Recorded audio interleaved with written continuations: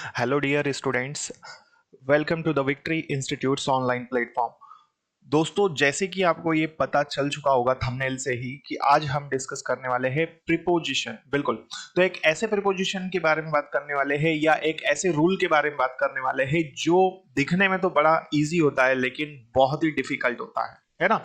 तो चलिए शुरू करते हैं। तो बने रहिएगा वीडियो में लास्ट तक, जिसमें आपको एक इंपॉर्टेंट रूल के बारे में मैं बताने वाला हूं। ठीक है, चलिए तो शुरू करते हैं, जो कि एग्जाम पर्पज से बहुत ज्यादा इंपॉर्टेंट है। कई बार एग्जाम्स में पूछा जाता है लेकिन हम गलत करके आ जाते हैं। आइए देखते हैं। तो दोस्तों देखिए, एक क्वेश्चन आपके सामने दिख रहा है। यहाँ पर क्वेश्चन में दिया है he is very good dash English. तो उसने कहा, क्वेश्चन हमसे कह रहा है कि वह इंग्लिश में खालिस्तान है। अब वो इंग्लिश में बहुत अच्छा है, तो इसका आंसर आप लोगों ने देखते से ही लगा दिया होगा। अधिकतर लोगों का ये आंसर होगा इन, है ना। तो इसका राइट आंसर जो है वो इन आप लोगों ने इसको लगा दिया होगा, लेकिन इन इसका राइट आंसर नहीं है। ठीक है, इसका राइट आंसर इन आप लोगों ने लगा दिया होगा, लेकिन इन यहां पर नहीं आएगा। क्लियर हुई बात। तो सर अब ये क्या कर दिया आपने, बिल्कुल यही बात है, इसीलिए थंबनेल पर ये लिखा गया है कि क्या ये रूल जानते हो आप। तो ये रूल बहुत इंपॉर्टेंट है और ये एग्जाम्स में कई बार पूछा जाता है। सेम क्वेश्चन कई बार इसको दूसरे तरीके से भी डिजाइन करके पूछा जाता है एग्जाम में। देखें, तो स्पोकन के हिसाब से यहाँ पर हमारा इन बिल्कुल सही है, कुछ भी गलत नहीं है। You are very good in English.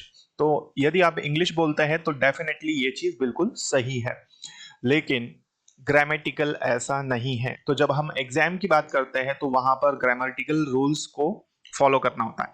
तो यहां पर इन नहीं आएगा। तो अब सवाल यह है कि यहां पर आएगा तो क्या आएगा।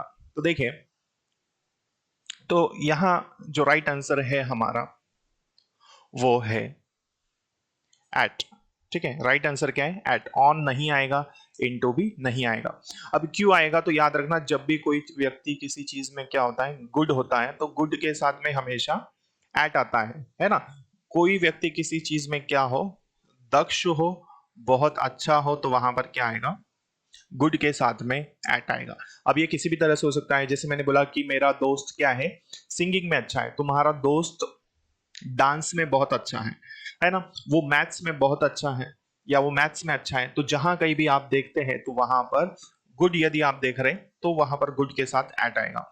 अब सवाल ये कि सर ये है क्या, तो ये है तो प्रीपोजिशन, लेकिन ये फिक्स्ड प्रीपोजिशन में आता है। तो किस में आता है, फिक्स्ड प्रीपोजिशन में ये आएगा। क्लियर हो गई बात।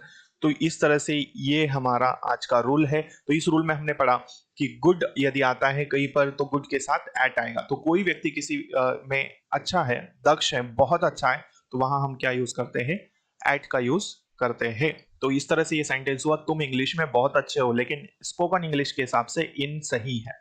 ठीक है, एट भी सही है, लेकिन ग्रामेटिकल सिर्फ एट ही सही माना जाएगा। ठीक, हम कई बार ऐसा बोलते हैं लेकिन वो स्पोकन इंग्लिश है। ठीक है, आई होप आपको ये चीज समझ में आ चुकी होगी। तो मैं आपको यहाँ पर सारे रूल्स डिटेल में पढ़ाने वाला हूँ। तो मध्य प्रदेश सब इंस्पेक्टर की तैयारी यदि आप कर रहे हैं तो इस चैनल पर आप जरूर जुड़े, और यहाँ पर सारे चैप्टर पूरा कंप्लीट सिलेबस मैं आपको फ्री में पढ़ाने वाला हूँ। तो लगातार बने रहिएगा। वीडियो यदि अच्छा लगा हो तो लाइक करें और ज्यादा से ज्यादा लोगों तक इसे आप शेयर जरूर करें। Thank you so much. जय हिंद, जय भारत।